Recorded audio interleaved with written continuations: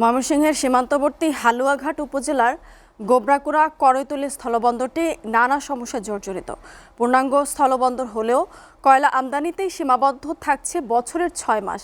বাকি সময় বন্ধ থাকে কার্যক্রম। ব্যবসায়ী সংগঠনের দ্বন্দ্ব নিরসন এবং অবকাঠামো উন্নয়নের দাবি জানিয়েছেন স্থানীয়রা। বন্দর কর্তৃপক্ষ বলছে, পণ্য আমদানি রপ্তানি বাড়ানোর চেষ্টা চলছে। ময়মনসিংহ থেকে আলোদ রুবেলের প্রতিবেদন। ময়মনসিংহের হালুয়াঘাটের গোবরাকুড়া করৈতলী স্থলবন্দর হিসেবে কার্যক্রম শুরু করে ২০১২ সালে। তবে করৈতলীতে ১৯৭৯ সালে এবং গোবরাকুড়ায় ১৯৯৭ সালে শুল্ক স্টেশনের মধ্য দিয়ে শুরু হয় ভারত থেকে কয়লা আমদানি। এই বন্দর দিয়ে অন্য কোনো পণ্য রফতানি হয় না, কয়লাও নিয়মিতভাবে আমদানি হচ্ছে না। অলস পড়ে থাকে বন্দরের ব্যবসায়ী ও শ্রমিকরা। দীর্ঘদিনেও ইমিগ্রেশন, পণ্য রপ্তানি ও রাস্তাঘাটের উন্নয়ন না হওয়ার কথা জানান স্থানীয়রা।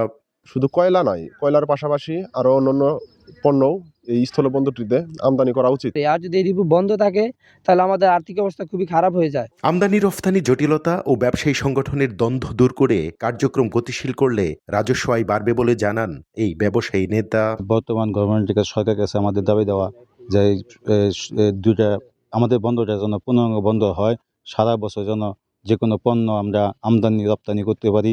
এদিকে ভারতের অংশে স্থায়ী কাস্টমস অফিস জটিলতা নিরসন হলে দুই দেশের মধ্যে পণ্য আমদানি রফতানি বাড়ার সম্ভাবনা রয়েছে বলে জানান বন্দরের এই কর্মকর্তা।